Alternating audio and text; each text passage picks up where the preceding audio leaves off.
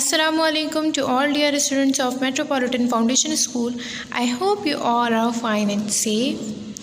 और जैसे कि आप सब जानते हैं कि हमारी ऑनलाइन क्लासेस चल रही हैं, तो हम सब का क्या कॉन्सेप्ट चल रहा है कि ऑनलाइन क्लासेस के अंदर आप लोगों की मैंने एक मिस्टेक देखी है कि आप लोग ऑनलाइन क्लासेस का बोलते हैं कि हमें समझ नहीं आ रहा, हमें समझ नहीं आ रहा। अच्छा, जैसे कि आप सब जानते हैं कि मैंने आप लोगों की क्लासेस के अंदर टेस्ट लेना शुरू कर दिए थे, ठीक है। मैं हर सब्जेक्ट के अंदर आपके टेस्ट ले रही थी और यही चीज़ मैं आप लोगों को ग्रुप पे भी बोल रही हूँ कि आप लोग जो भी टेस्ट दें वो अपने पेरेंट्स के सामने दें और पेरेंट्स के सिग्नेचर के साथ आप लोग मुझे वो पिक्चर्स ग्रुप पर सेंड कर दें।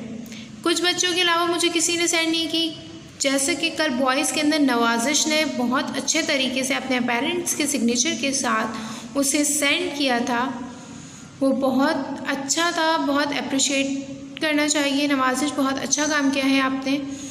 बट उसके अलावा मुझे किसी भी बॉयज़ ने कोई भी ऐसी पिक्चर नहीं भेजी। मैंने तीन वॉइस मैसेजेस दिए थे आप लोगों को मुस्तकिल, बट नो रिस्पॉन्स।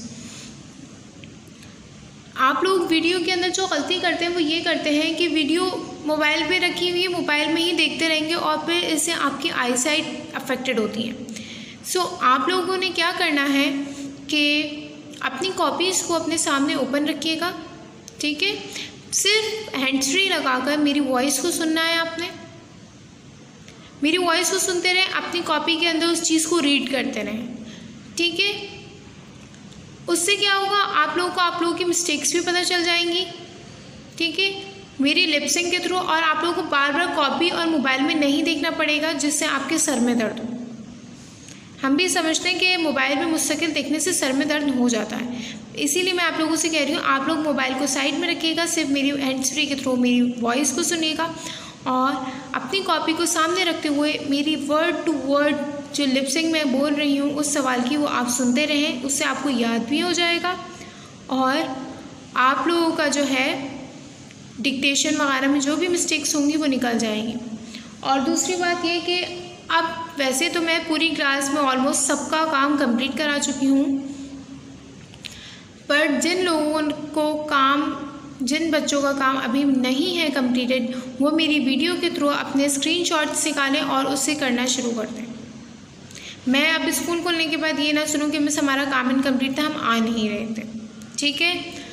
आज की वीडियो के अंदर मैं आप लोगों के तमाम चैप्टर्स के रिवीजन करा चुकी हूँ। इस वीडियो के अंदर मैं आप लोगों को एक चैप्टर के वर्ड्स मीनिंग का रिवीजन कराऊंगी, जो कि है आपका unit 1, the secret of Seaview cottage. So open the page number 9। I repeated again, open the page number 9, unit 1, the secret of the Seaview cottage. इसकी स्टोरी मैं आप लोगों को बता चुकी हूँ कि जो स्काउट मास्टर्स के साथ जो स्काउट ट्रॉप के लिए जो विज़िट के लिए बच्चे जाते हैं सीवियो कॉटेज के ऊपर, सही है।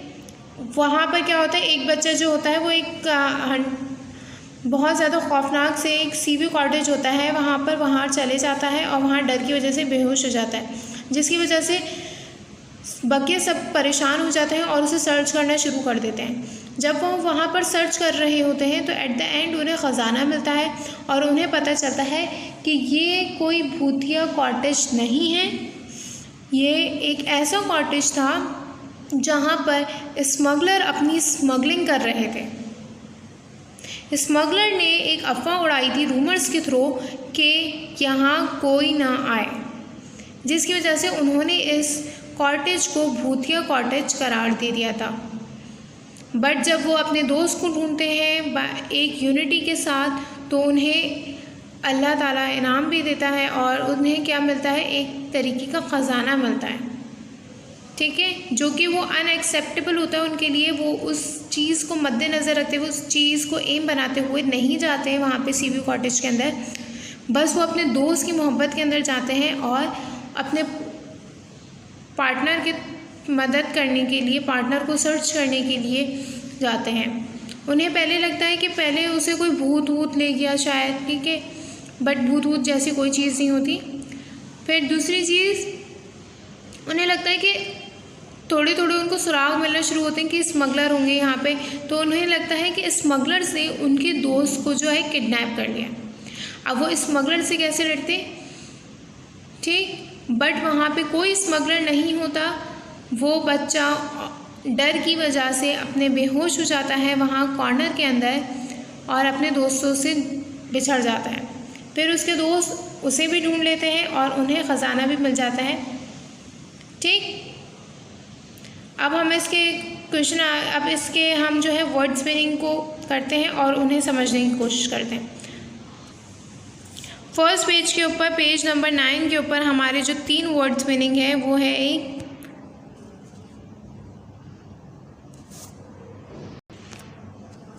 Castrol. Kestrel a bird of prey. It mean kestrel की मीनिंग होते हैं अ बर्ड ऑफ पैरी। इस स्टोरी के अंदर कैस्ट्रल के मीनिंग इसलिए यूज़ करे गए हैं, ये एक फ्रेज़ है, kestrel a bird of prey. It means in the story it is the name of the scout troop. Kestrel, a bird of पैरी, एक वो जिस हमारा स्काउट ट्रॉप आता है ना, उनकी जो कश्ती होती है ना, उसका नाम होता है, उस ग्रुप का नाम होता है a bird of prey, kestrel, ठीक है। जो स्काउट मास्टर के साथ बच्चे आते हैं जिनका पार्टनर खो जाता है, उस ट्रॉप का नाम दिखाया है ये। पेट्रोल,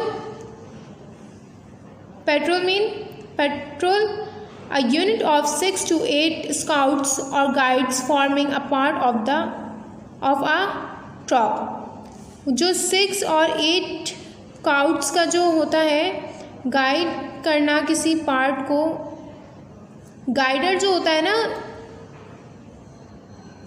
स्काउट मास्टर, उसे कहते हैं petrol.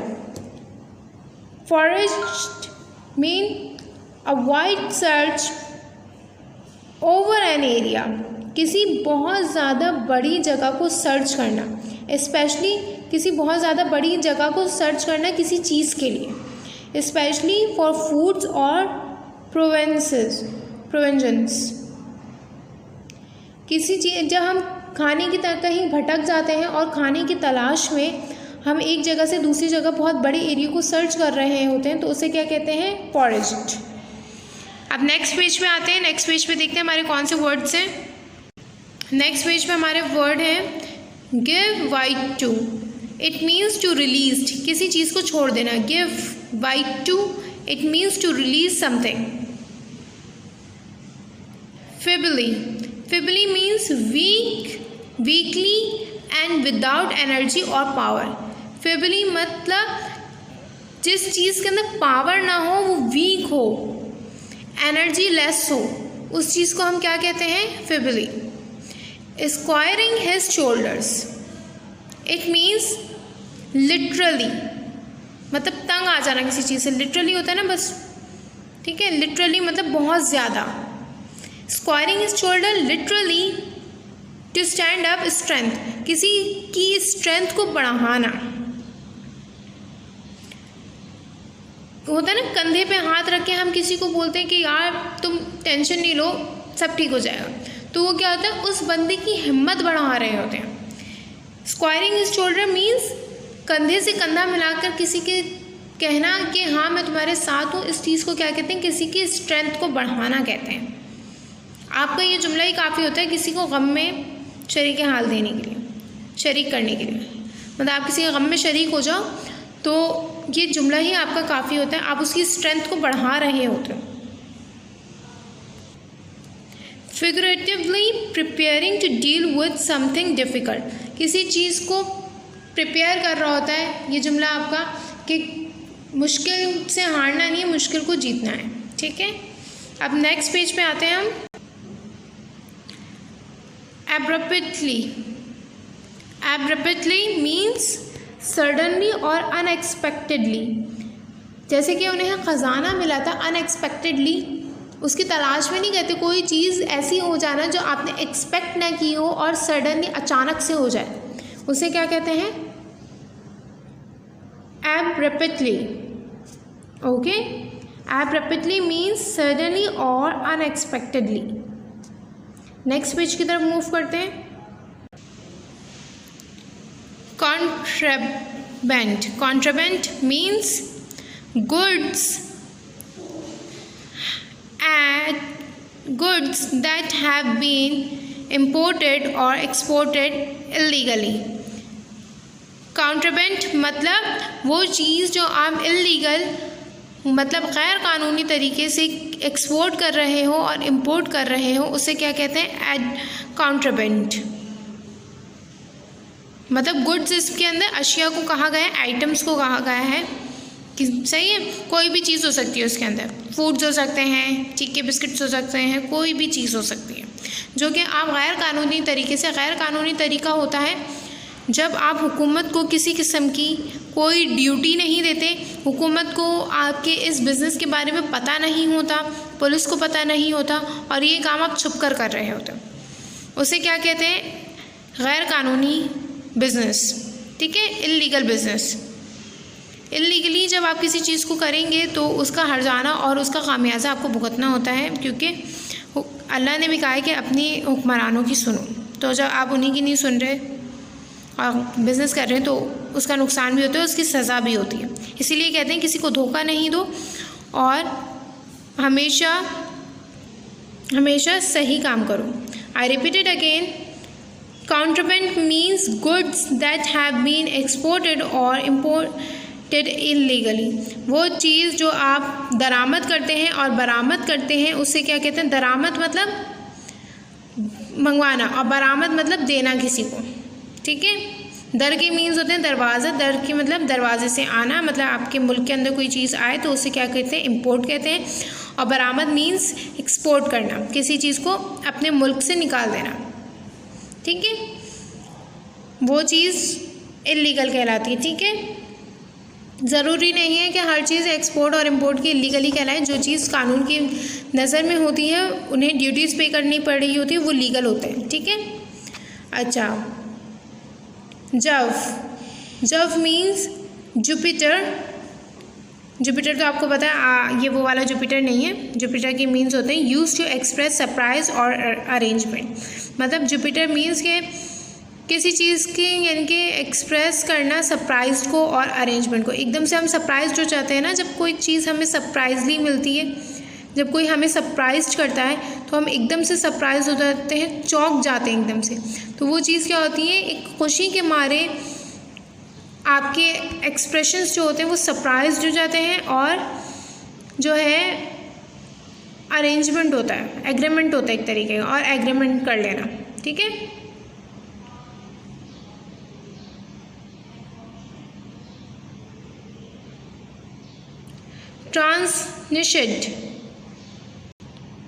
Transnited means to become due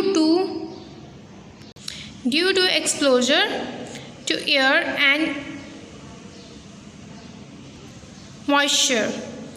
मतलब ट्रांसशाइंट मतलब किसी चीज़ का एक्सप्लोजर, मतलब एक खुली फ़िज़ा के अंदर सांस लेना होता है ना। कमरे में बैठो और बाहर जाओ तो खुली फ़िज़ा की एक मॉइस्चर होता है, बहुत सुकून वाली हवा होती है, उस चीज़ को कहते हैं। जंपिंग स्नैक्स मतलब एन एक्सक्लेमेशन ऑफ सरप्राइज। मतलब हम सरप्राइज जब बहुत ज़्यादा खुश होते हैं किसी चीज़ के मिलने के ऊपर, जो हम जिस चीज़ को ढूंढ रहे होते हैं बहुत अरसे से, और जब वो हमें एकदम से मिल जाती है तो हम क्या करते हैं? खुशी के मारे कुछ लोग होते हैं जो उछलना शुरू कर देते हैं, सरप्राइजली खुश होकर उछलते हैं। तो उस चीज़ को क्या कहते हैं? Jumping snacks and explanation of surprise. Surprise के अंदर जब आप उछलेंगे तो उस चीज़ को क्या कहते हैं हम? An explanation of surprise. अब नेक्स्ट की तरफ मूव करते हैं हम। सरमन मीन्स फॉर्मल, सीरियस और डिग्निफाइड। फॉर्मल मतलब बहुत ज़्यादा फॉर्मल होगी। जब हम बात कर रहे होते हैं ना किसी से फर्स्ट टाइम जब हम मिलते हैं तो हम बहुत कम बात करते हैं, बहुत अदब से बात करते हैं, मतलब उसके साथ कोई तफरी नहीं करते, हम काम से काम तक की बात कर रहे होते हैं, तो उसे फॉर्मल कहते हैं। सीरियस मतलब हाँ ठीक है बस सही है, मतलब हंसी मजाक नहीं होता उसके अंदर। और डिग्निफाइड मतलब बिल्कुल गुम, अपने आप में गुम, मतलब सामने वाले से कोई इंटरेस्ट नहीं है, तो उसे क्या कहते हैं? सोलमैन। स्टॉक स्टिल स्टॉक स्टिल मतलब कम्प्लीटली स्टिल, मतलब कम्प्लीटली मतलब अभी भी स्टिल कंप्लीट है हमारा काम, उसे कहते हैं stock still means completely still. ठीक है, अभी भी हमारे पास हमारी चीज़ें कंप्लीट हैं, ख़त्म नहीं हुआ कुछ भी, उसे ये कहते हैं। ठीक है, अब नेक्स्ट जो है हमारा पेज है, हम उसकी तरफ मूव करते हैं। वहाँ पे भी अगेन हमारे पास दो वर्ड्स हैं। एक है outboard. Outboard means a board with a monitorised engine attached to it, मतलब वो बोर्ड जिसके अंदर मॉनिटराइज्ड इंजन जो होता है अटैच्ड होता है, उसे कहते हैं आउटबोर्ड। मैं दोबारा रिपीट कर रही हूँ, आउटबोर्ड कहते हैं जिस बोर्ड के अंदर मॉनिटराइज्ड इंजन होता है, अटैच्ड होता है, मतलब वो उसे मॉनिटर कर रहा होता है, कंप्यूटर मॉनिटर कर रहा होता है, कंप्यूटर सिस्टम होता है जिस बोर्ड के अंदर, उसे क्या कहते हैं outboard with a monitorised engine attached to it. ठीक है, एन एंकर जो है, एंकर की मीनिंग क्या होते हैं, set snail get going. An anchor के मतलब होते हैं, एंकर क्या होता है, एंकर किसी चीज़ को रोकने को कहते हैं बेसिकली। और जब आप एंकर को उठाते हैं, आप मतलब किसी चीज़ को उठाना, और जब आप एंकर, आप लोगों को पता है ना, कश्तियों में होता है, जहाज़ों में होता है बड़ा सा। ठीक है, तो अब जब वो एंकर को अप करते हैं तो इट मीन्स कि वो बोट जाने के लिए रेडी हो गई। एंकर को जब हम डाउन कर देते हैं तो इट मीन्स कि वो रुक गई है बोट, और जब हम अप करते हैं उस एंकर को तो इट मीन्स कि हम जाने के लिए बिल्कुल रेडी हैं। गेट गोइंग मतलब बिल्कुल जाने के लिए रेडी हो जाना। ओके, अब नेक्स्ट पेज की तरफ मूव करते हैं। Gang away. Gang away means an opening on the side of a board through which passenger may board. An opening on the side of the board through which passenger may board. मतलब passengers के लिए board की sides को open करना, वो कहलाता है gang away. Old salt मतलब a sailor who is very experienced, वो बंदा जो काफ़ी एक्सपीरियंस हो, एंड ओल्ड सॉल्ट कहलाता है पुराना नमक। ठीक है, नैप्ड, टेक, ग्रैब्ड और स्टोल। ग्रैब्ड और स्टोल किसी चीज़ को चुरा लेना और डाका डालना किसी चीज़ पे। Not often used these days though we still use to word kidnapped। सही, नेप्ट के मतलब होते थे पुरानी लैंग्वेजेस के अंदर, जब नेप्ट बोला जाता था तो नेप्ट के मतलब होते थे ग्रैब्ड और स्टोल कर लेना किसी चीज़ को बगैर पूछे चुरा लेना, नेप्ट कहलाता था। बट अब हम नेप्ट का वर्ड यूज़ नहीं करते, किडनैप्ड का वर्ड यूज़ करते हैं। और किडनैप्ड का वर्ड बेसिकली इंसानों के लिए यूज़ किया जाता है जब किसी बच्चे को, किसी इंसान को बग़ैर उसकी इजाज़त के कहीं ले जाया जाता है छुपा कर, तो उसे क्या बोलते हैं, किडनैप्ड बोलते हैं। ठीक है, नैप्ड को वर्ड अब हम यूज़ नहीं करते हैं, किडनैप्ड का वर्ड यूज़ करते हैं। दोबारा मैं आपको बता रही हूँ, बग़ैर पूछे तो उसे हम कहते हैं नैप्ड, किडनैप्ड।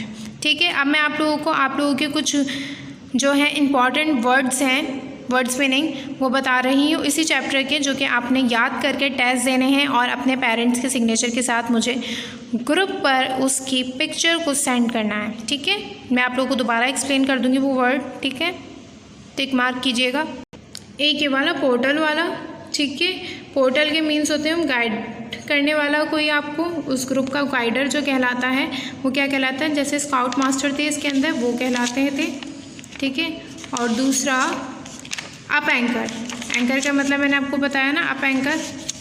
ये रहा पेज नंबर 17 और 9 के ऊपर जो आपके दो वर्ड मीनिंग मैंने आप लोगों को लगाए हैं, कि आप लोगों ने याद करने हैं और आप लोगों को इसका टेस्ट देना है अपने पेरेंट्स को। थैंक यू, और मैं समझती हूँ कि आप लोगों को समझ आ गया होगा, और अगर अभी भी कुछ समझ नहीं आया तो आप लोग मुझसे ग्रुप पे पूछ सकते हैं। ठीक है, ऐसी कोई बात नहीं, मैं ग्रुप पे ऑनलाइन होती हूँ तो आप लोग मुझसे पूछ सकते हैं। सो टिल देन, अल्लाह हाफिज़।